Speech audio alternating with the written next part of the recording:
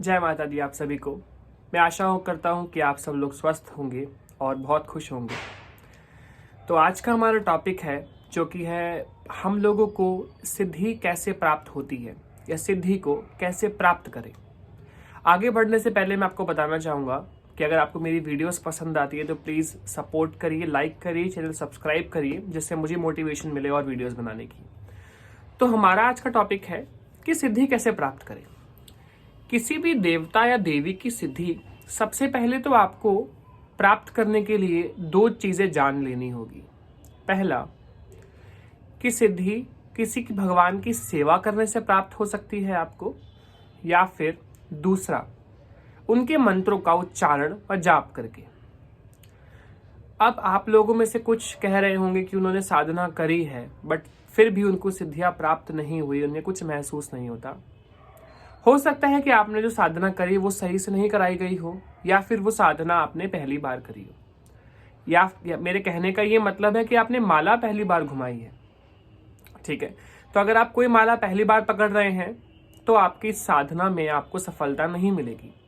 इतना जरूर हो सकता है कि उस भगवान का आपको आशीर्वाद व तरंग मिले, बट सिद्धि प्राप्त करना में आप अभी थोड़े से पीछे रह जाएंगे।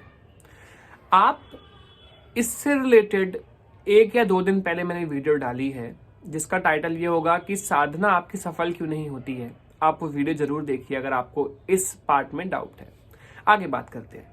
सपोज हम एक लेते हैं कि अगर हम हनुमान जी की साधना कर रहे हैं, यानी कि उनकी सेवा कर रहे हैं, तो आप उनकी कैसे सेवा करें कि आपको साधना में सफलता मिले, यानी कि आपके जो मोटिव है करने का, जो आपका उद्देश्य है वो पूर्ण हो। हर किसी का उद्देश्य सेवा करते वक्त ये नहीं होता कि उसे सिद्धि मिले, और कभी हमें ऐसा उद्देश्य रखना भी नहीं चाहिए। सिद्धि प्राप्त करके क्या मिलेगा? प्राप्त तो हमें उनकी कृपा करनी है, सिद्धि नहीं।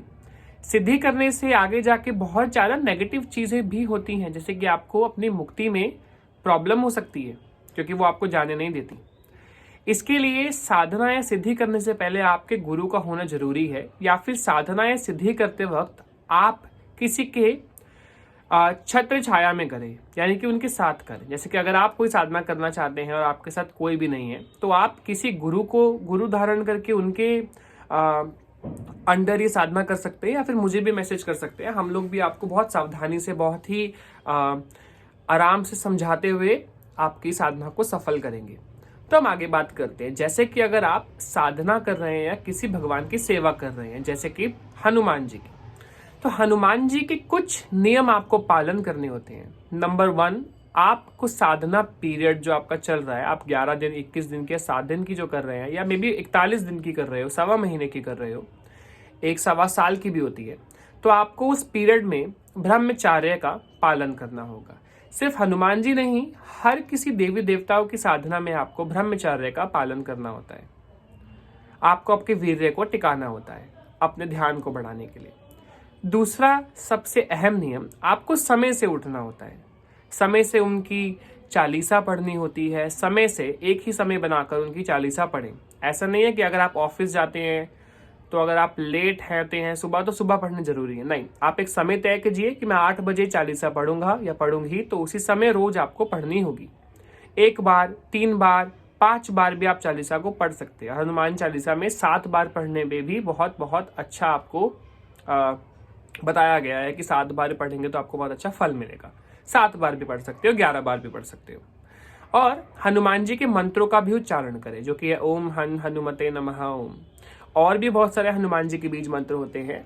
हर किसी के अलग अलग उद्देश्य की प्राप्ति के लिए अलग अलग मंत्र है, अलग अलग बीज मंत्र है, आप जान सकते हैं। वो बहुत मंत्र आपको मिलेंगे, लेकिन शाबर मंत्र कभी भी नहीं जपना है।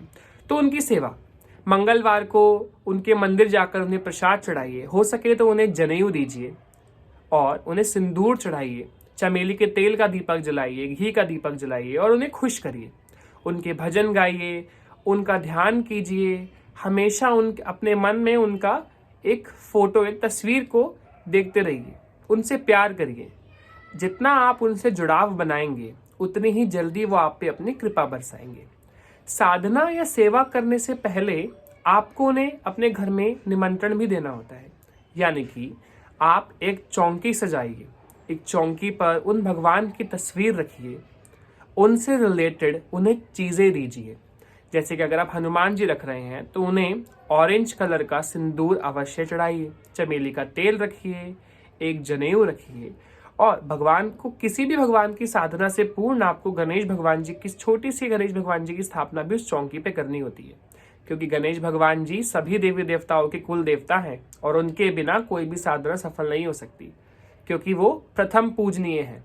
तो उन्हें इसीलिए ही प्रथम पूजनीय श्री गणेशा जी कहा जाता है और उनको पूजना बहुत बहुत इंपॉर्टेंट रहता है किसी भी साधना या किसी भी पूजा से पहले। तो ये बात करी हमने हनुमान जी की। ऐसे ही और भी साधनाएं होती हैं और इन सब में आप मंत्रों के उच्चारण से सिद्धि प्राप्त कर सकते हैं, उन प्रभु की कृपा प्राप्त कर सकते हैं। सिद्धि प्राप्त करना कुछ लोगों के लिए बहुत अनिवार्य होता है, या तो जिनको आगे जाके लोक कल्याण करना है, लोगों की मदद करनी है, या फिर जिन्हें अपने घर की और अपनी सुरक्षा करनी है, या जिन्हें प्रभु से प्यार है और वो चाहते हैं कि वो उनके साथ सदैव रहें, उन्हें मुक्ति प्राप्त हो, वो उनके लोक में जाके रहें, उनके आसपास रहे। उनके लिए भी साधना करना बहुत अच्छा रहता है। तो मैं आशा करता हूँ आपको मेरी ये जानकारी जो मैंने दी है पसंद आई होगी। प्लीज़ मेरी वीडियो को लाइक करें, सब्सक्राइब करें चैनल को और कमेंट करें अगर आपको कुछ अच्छा लगे तो। Thank you so much. जय माता दी।